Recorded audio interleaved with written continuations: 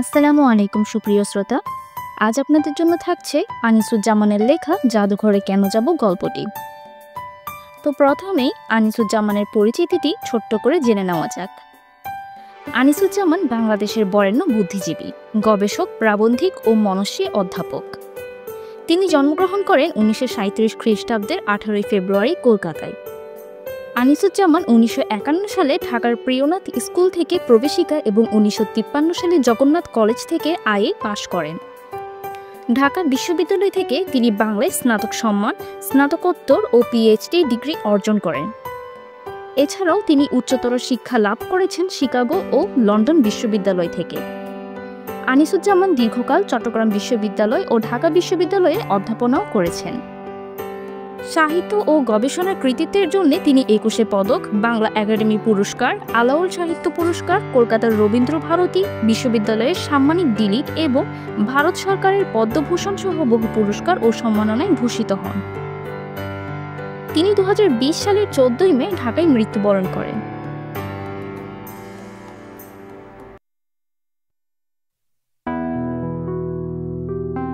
পাশ্চাত্য দেশে জাদুঘর তত্ত্ব, মিউজিওলজি, মিউজিওগ্রাফি বা মিউজিয়াম স্টাডিজ একটা স্বতন্ত্র বিদ্যায়তনিক বিষয় বা শৃঙ্খলা হিসেবে বিকশিত।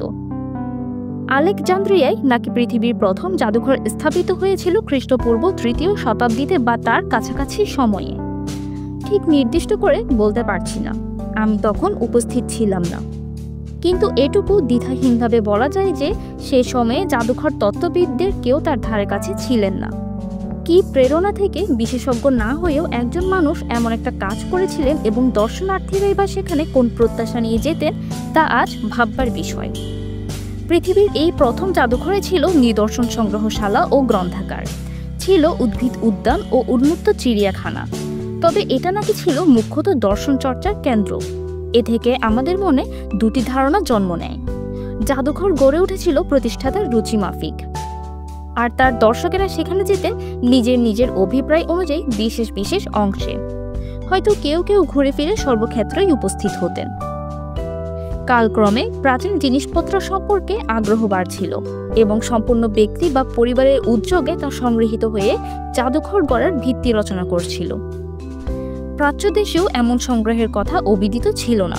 তবে ইউরোপীয় রেনেসাঁর পরে পাশ্চাত্য দেশে এ ধরনের প্রয়াস অনেক বৃদ্ধি পায়। এরকম ব্যক্তিগত বা পারিবারিক জাদুঘরে কখনো কখনো জনসাধারণ সামান্য প্রবেশ মূল্য দিয়ে ঢুকতে পারত বটে, তবে অধিকাংশ ক্ষেত্রেই তা সকলের জন্যই খোলা থাকতো না। রাজরারা বা সামন্ত প্রভুরা যেসব সংগ্রহশালা গড়ে তুলতেন তাতে থাকত ওইসব মহাশয়ের শক্তি, সম্পদ ও গৌরবের ঘোষণা। 16 শতকের আগে যৌথ কিংবা নাগরিক সংস্থার উদ্যোগে জাদুঘর নির্মাণের চেষ্টা হয়নি। নবনির্মিত এসব জাদুঘরে জনসাধারণের জন্য অবারিত হয় গণতন্ত্রের বিকাশের ফলে কিংবা বিপ্লবের সাফল্যে। ফরাসি বিপ্লবের পরে প্রজাতন্ত্রই সৃষ্টি করে লুভ, উন্মোচিত হয় ভেরসাই প্রাসাদের দ্বার। রুশ বিপ্লবের পরে লেনিনগ্রাদের রাজপ্রাসাদে গড়ে ওঠে হার্মিটিয়ের। টাওয়ার অফ লন্ডনের মতো ঐতিহাসিক প্রাসাদ এবং তার সংগ্রহ যে সর্বজনের চক্ষুগ্রাহ্য হলো তা বিপ্লবের না হলো ক্রমবর্ধমান ও গণতন্ত্রায়নের ফলে। ব্যক্তিগত সংগ্রহের অধিকারীরাও একসময়ে তা জনসাধারণের কাছে উন্মুক্ত করার প্রেরণা বোধ করেন এবং কখনো কখনো এসব ব্যক্তিগত সংগ্রহের দায়িত্বভার রাষ্ট্র গ্রহণ করে তা সকলের গোচরীভূত করার ব্যবস্থা করে। 17 শতকে ব্রিটেনের প্রথম পাবলিক মিউজিয়াম গড়ে ওঠে অক্সফোর্ড বিশ্ববিদ্যালয়ে। এখানকার অ্যাশমোলিয়ান মিউজিয়ামের সৃষ্টি হয় পিতা পুত্র, 2 ট্রেডেসান্ট এবং অ্যাশমোল এই 3 জনের সংগ্রহ দিয়ে। 18 শতকে রাষ্ট্রীয় প্রচেষ্টায় প্রতিষ্ঠিত হয় ব্রিটিশ মিউজিয়াম। তবে তার ভিত্তিও ছিল অপর 3 জনের সংগ্রহ, Sir Hans Sloane, Sir Robert Cotton ও আর্ল অফ অক্সফোর্ড রবার্ট হার্লির। এইসব কথা উল্লেখ করার একমাত্র কারণ এই যে সামাজিক ও রাজনৈতিক অবস্থা এবং তার পরিবর্তন যে জাদুঘরের রূপকে বড় রকম প্রভাবিত করে সেই বিষয়টা তুলে ধরা। জাদুঘরে প্রবেশাধিকার না পেলে কিংবা নাগরিকদের জন্য জাদুঘর গড়ে না উঠলে সেখানে যাওয়ার প্রশ্নই উঠত না। কেন যাব সে চিন্তা তো অনেক দূরের বিষয়। এই প্রসঙ্গে আরও একটা কথা বলা যেতে পারে। পুঁজিবাদের সমৃদ্ধি এবং বিজ্ঞান ও প্রযুক্তির বিকাশের ফলে 19 শতকে জাদুঘরের সংখ্যা বৃদ্ধি ঘটে। সাম্রাজ্যবাদী শক্তিগুলো তাদের উপনিবেশে জাদুঘর প্রতিষ্ঠা করতে থাকে। তেমনি একদিকে শিল্পোন্নতি এবং অন্যদিকে উপনিবেশবাদের অবসানের ফলে 20 শতকে জাদুঘর স্থাপনার কাজটি দ্রুত এগিয়ে যায়। সদ্য স্বাধীন হওয়া দেশগুলো আত্মপরিচয় দানের প্রেরণায় নতুন নতুন জাদুঘর প্রতিষ্ঠায় প্রবৃত্ত হয়। এই প্রসঙ্গে আমাদের আবার ফিরে আসতে হবে। তার আগে আরও দুটি কথা বলি। একালে আলেকজান্দ্রিয়ার মতো মেলানো মেশানো জাদুঘরের সবচেয়ে বড় দৃষ্টান্ত বোধহয় ব্রিটিশ মিউজিয়াম। সেখানে বৃহৎ প্রত্নতাত্ত্বিক ও ঐতিহাসিক সংগ্রহশালার সঙ্গে রয়েছে বিশাল গ্রন্থাগার। স্বতন্ত্রভাবে রয়েছে উদ্ভিদ বিজ্ঞান ও জীববিদ্যার জাদুঘর। রয়েছে নানা বিষয়ে অস্থায়ী প্রদর্শনী ও বক্তৃতার ব্যবস্থা। আর এসবের জন্য প্রয়োজন হয়েছে প্রাসাদোপম অট্টালিকার। অভ্যাগতদের মধ্যে যিনি যেখানে যেতে চান, যা দেখতে চান ও জানতে চান, তিনি তা করতে পারেন। তবে এখনকার প্রবণতা হচ্ছে প্রাকৃতিক জগতের নিদর্শনের থেকে মানবসৃষ্ট নিদর্শন আলাদা করে রাখা, আর বিশেষ বিশেষ ক্ষেত্র নিয়ে ছোট বড় জাদুঘর গড়ে তোলা। গত 30 বছরে ব্রিটেনের জাদুঘরের সংখ্যা দ্বিগুণ হয়েছে, যদিও ব্রিটিশ মিউজিয়ামের সমতুল্য দ্বিতীয় কোনো জাদুঘর সে দেশে তৈরি হয়নি। জাদুঘরের বৈচিত্র্য আজ খুবই চোখে পড়ে। সে বৈচিত্র্য একদিকে যেমন সংগ্রহের বিষয়গত, তেমনি গঠনগত এবং অন্যদিকে প্রশাসনগত। আজ ভিন্ন ভিন্ন বিষয়ের জাদুঘর গড়ে তোলার চেষ্টায় প্রবল। প্রত্নতত্ত্ব ও ইতিহাস, মানব বিকাশ ও নৃতত্ত্ব, বিজ্ঞান ও প্রযুক্তি, স্থানীয় ইতিহাস ও সংস্কৃতি, সামরিক ইতিহাস, পরিবহন ব্যবস্থা, বিমানযাত্রা, মহাকাশ ভ্রমণ, পরিবেশ, কৃষি, উদ্ভিদ বিজ্ঞান, জীবতত্ত্ব, শিল্পকলা, তারও আবার নানান বিভাগ উপবিভাগ। কোনো ব্যক্তি বিশেষের জীবন ও সাধনা সম্পর্কিত জাদুঘর বহু দেশে বহু কাল ধরে প্রতিষ্ঠিত হয়ে আসছে। মৎস্যাধার ও নক্ষত্রশালাও এখন জাদুঘর বলে বিবেচিত। জাদুঘর বলতে আজ আর ব্রিটিশ মিউজিয়াম, লুভ্র বা হার্মিটিয়ারের মতো বিশাল প্রাসাদ বোঝায় না। উন্মুক্ত জাদুঘর জিনিসটা এখন খুবই প্রচলিত। এমনকি বিশ্ববিদ্যালয়ের গ্রন্থাগার ভবনের একাংশে অবস্থিত হলেও জাদুঘরের গুরুত্ব হ্রাস পায় না। প্রশাসনের দিক দিয়ে স্বতন্ত্র শ্রেণীর জাদুঘরের মধ্যে রয়েছে জাতীয় জাদুঘর, স্থানীয় বা আঞ্চলিক জাদুঘর, বিশ্ববিদ্যালয় জাদুঘর ও একান্ত বা ব্যক্তিগত উদ্যোগে করা জাদুঘর। আমাদের দেশ থেকে উদাহরণ নিলে বলবো, এখানে যেমন আছে বাংলাদেশ জাতীয় জাদুঘর, তেমনই আছে চট্টগ্রামের জাতিতাত্ত্বিক জাদুঘর, ঢাকার নগর জাদুঘর, মুক্তিযুদ্ধ জাদুঘর, বঙ্গবন্ধু জাদুঘর, বিজ্ঞান জাদুঘর ও সামরিক জাদুঘর, রাজশাহীর বরেন্দ্র মিউজিয়াম, চট্টগ্রাম বিশ্ববিদ্যালয় জাদুঘর, ঢাকার বলধা গার্ডেন এবং বিভিন্ন প্রত্নতাত্ত্বিক খননের এলাকায় সাইট মিউজিয়াম। একজন কি দেখতে চান তা স্থির করে কোথায় যাবেন তা ঠিক করতে পারেন। তবে জাদুঘরের একটা সাধারণ লক্ষণ হচ্ছে যা চমকপ্রদ, যা অনন্য, যা লুপ্তপ্রায়, যা বিস্ময় উদ্রেককারী এমন সব বস্তু সংগ্রহ করা। গড়পড়তা মানুষ তা দেখতে যায়, দেখে আপ্লুত হয়। এই প্রসঙ্গে আমার একটা অভিজ্ঞতার কথা বলি। ঢাকায় আমাদের জাতীয় জাদুঘরের প্রথম ভবনের ভিত্তিপ্রস্তর স্থাপন করেছিলেন তৎকালীন পূর্ব পাকিস্তানের গভর্নর আব্দুল মোনায়েম খান। অনেক আমন্ত্রিতদের মধ্যে ঢাকা বিশ্ববিদ্যালয়ের নিতান্ত কনিষ্ঠ শিক্ষক আমিও ছিলাম। লক্ষ্য করলাম শিক্ষামন্ত্রী তার ভাষণ পড়তে গিয়ে মুদ্রিত জাদুঘর শব্দের জায়গায় সর্বত্র মিউজিয়াম পড়ছেন। চা খাওয়ার সময়ে আমাদের শিক্ষক প্রতি অর্থমন্ত্রী ডক্টর এম হুদা আমাকে ডাকলেন। কাছে যেতেই বললেন, গভর্নর সাহেবের একটা প্রশ্ন আছে, উত্তর দাও। গভর্নর জিজ্ঞাসা করলেন, মিউজিয়ামকে আপনারা জাদুঘর বলেন কেন? একটু হকচকে গিয়ে বললাম, স্যার, জাদুঘরই মিউজিয়ামের বাংলা প্রতিশব্দ। গভর্নর এবার রাগত স্বরে বললেন, মিউজিয়ামে যে আল্লাহর কালাম রাখা আছে তা কি জাদু? আল্লাহর কালাম বলতে তার মনে বোধ হয়েছিল চমৎকার তুগরা হরফে লেখা নুসরত শাহের আশরাফপুর শিলালিপি, 16 শতকে এক মসজিদ প্রতিষ্ঠার বৃত্তান্ত সংবলিত প্রস্তরখণ্ড। সেটা রাখা হয়েছিল সকলের চোখে পড়ার মতো জায়গায়। যা হোক, গভর্নরের প্রশ্নের জবাবে আমি বললাম, স্যার, ওই অর্থে জাদু নয়, বিস্ময় জাগাই বলে জাদু। মা যেমন সন্তানকে বলে, ওরে আমার জাদুরে। ব্যাখ্যার পরের অংশটা যথার্থ কিনা সেই বিষয়ে এখন সন্দেহ হয়। তবে আমার বাক্য শেষ করার আগে গভর্নর হুঙ্কার দিলেন, না, জাদুঘর বলা চলবে না, মিউজিয়াম বলতে হবে। বাংলায়ও আপনারা মিউজিয়ামই বলবেন। তর্ক করা বৃথা। হুকুম শিরোধার্য করে আমি চ্যান্সেলরের সামনে থেকে পালিয়ে এলাম। জপলায়েতে সজীবিত। আরও একটা প্রবাদ আছে, চোর পালালে বুদ্ধি বাড়ে। আমারও তাই হলো। গভর্নরের সামনে থেকে চলে আসার পর মনে হলো তাকে বললাম না কেন জাদু শব্দটা ফার্সি, তাতে হয়তো তিনি কিছুটা স্বস্তি পেতেন। আপনারা অনেকেই জানেন জাদুঘর পুরোটাই ফার্সি, তবে জাদুঘরের ঘরটা বাংলা। উর্দুতে জাদুঘরকে বলে আজবখানা, হিন্দিতে অজায়েব ঘর, খানা ফার্সি, আজব, আজিব, আজায়েব আরবি। জাদু ও আজব শব্দে দোতনা আছে দুরকম। একদিকে কুহক ইন্দ্রজাল ভেলকি, অন্যদিকে চমৎকার মনোহর কৌতূহল উদ্দীপ্ত।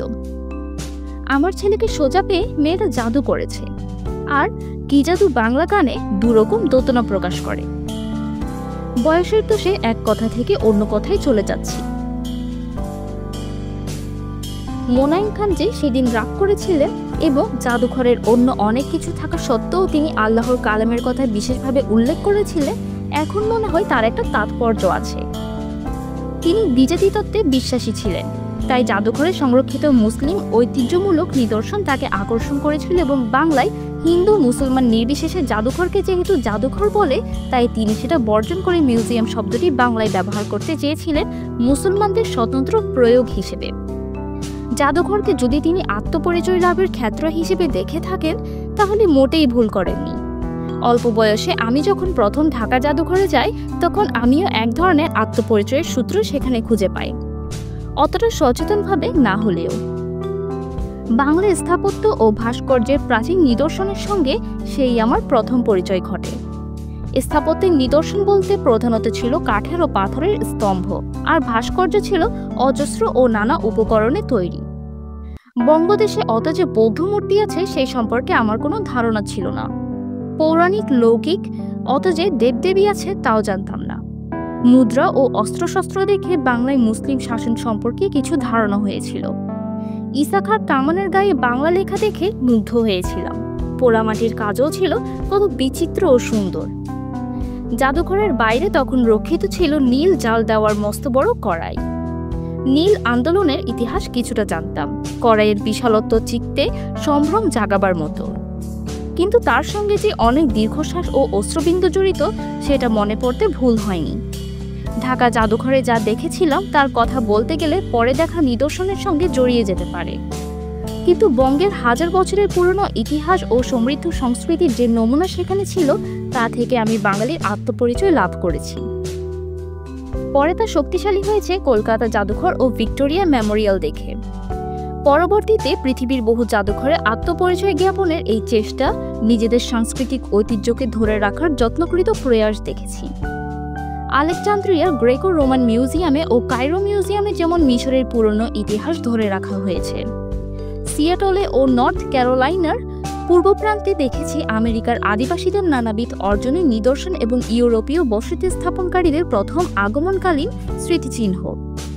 ব্রিটিশ মিউজিয়াম এবং টাওয়ার অফ লন্ডনে ইংল্যান্ডের ইতিহাসের অনেকখানি ধরা হয়েছে। কুয়েতের জাদুঘরে আমার ছোটবেলায় দেখা ব্রিটিশ ভারতীয় মুদ্রার সযত্নে স্থান দেখে চমৎকৃত হয়েছি। বুঝেছি তাদের আত্মানুসন্ধান শুরু হয়েছে, কিন্তু দূর ইতিহাসের পাথরের প্রমাণ হাতে আসেনি। এতে কোনো সন্দেহ নেই যে জাদুঘরের একটা প্রধান কাজ হলো সাংস্কৃতিক ঐতিহ্যের সংরক্ষণ এবং জাতিকে আত্মপরিচয় দানের সূত্র জানানো। জাদুঘরে আমাদের যাওয়ার এটা একটা কারণ। সে আত্মপরিচয় লাভ অনেক সময়ে সামাজিক, রাজনৈতিক বা রাষ্ট্রিক পরিবর্তনেরও সূচনা করে। টাওয়ার অফ লন্ডনে সকলে ভিড় করে কোহিনূর দেখতে। আমিও তা দেখতে গিয়েছিলাম। তখন আমার আরেকটা কথা মনে পড়েছিল। জাদুঘর ঋত সাংস্কৃতিক উত্তরাধিকারের জায়গা বটে, তবে তা সবসময় নিজের জিনিস হবে এমন কথা নেই। অন্যের ঐতিহ্যিক উত্তরাধিকার হরণ করে এনেও সাম্রাজ্যবাদী শক্তি নিজেদের জাদুঘর সাজাতে কুণ্ঠিত বোধ করে না। তবে একটা কথা স্বীকার করতেই হবে, ব্রিটিশ মিউজিয়ামে নানা দেশের নানা নিদর্শন সংগৃহীত হয়েছে। কি উপায়ে সংগৃহীত হয়েছে সে কথা আপাতত মুলতবি রাখলাম, কিন্তু এসব দেখে অভিন্ন মানব সত্তার সন্ধান পাওয়া যায়। মনে হয় এত দেশে এতকালে মানুষ যা কিছু করেছে তার সবকিছুর মধ্যে আমি আছি। জাতীয় জাদুঘর একটা জাতিসত্তার পরিচয় বহন করে। যে যেখানে যায় সে তার নিজের ও জাতির স্বরূপ উপলব্ধি করতে পারে, সংস্কৃতির সন্ধান পায়, আত্মবিকাশের প্রেরণা লাভ করে। এই যে শত সহস্র বছর আগের সব জিনিস, যা হয়তো একদিন ব্যক্তির বা পরিবারের কক্ষিগত ছিল, তাকে যে নিজের বলে ভাবতে পারি, তা কি কম কথা? আবার অন্য জাতির অনুরূপ কীর্তির সঙ্গে যখন আমি একাত্মতা অনুভব করি, তখন আমার উত্তরণ হয় বৃহত্তর মানব সমাজে। জাদুঘর আমাদের জ্ঞান দান করে, আমাদের শক্তি যোগায়, আমাদের চেতনা জাগ্রত করে, আমাদের মনোজগৎকে সমৃদ্ধ করে। জাদুঘর একটা শক্তিশালী সামাজিক সংগঠন। সমাজের এক স্তরে সঞ্চিত জ্ঞান তা ছড়িয়ে দেয় জনসমাজের সাধারণ স্তরে। গণতন্ত্রায়নের পথও প্রশস্ত হয় এভাবে। জাদুঘর শুধু জ্ঞানে ছড়িয়ে দেয় না, অলক্ষ্যে ছড়িয়ে দেয় ভাবাদর্শ। কাজেই কথা বলা যেতে পারে যে জাদুঘর যেমন সামাজিক ও রাষ্ট্রীয় ভাবনা সৃষ্টি, তেমনই তা সামাজিক ও রাষ্ট্রীয় পরিবর্তনেরও কারণ ঘটাতে পারে। আরও একটা সোজা ব্যাপার আছে, জাদুঘর আমাদের আনন্দ দেয়। মানুষের অনন্ত উদ্ভাবন নৈপুণ্যে, তার নিরোধ সৃষ্টি ক্ষমতা, তার তন্নিষ্ঠ সৌন্দর্য সাধনা, তার নিজেকে বারংবার অতিক্রম করার প্রয়াস, এসবের সঙ্গে পরিচয় হয়ে আমরা অশেষ উল্লসিত হই। এত কিছুর পরেও যদি কেউ প্রশ্ন করে জাদুঘরে কেন যাব, সূক্ষ্ম কৌতুক সঞ্চার করে প্রাবন্ধিক পরিশেষে লিখেছেন যে, তাহলে তার একমাত্র উত্তর বোধ হয় এই, কে বলেছে আপনাকে যেতে?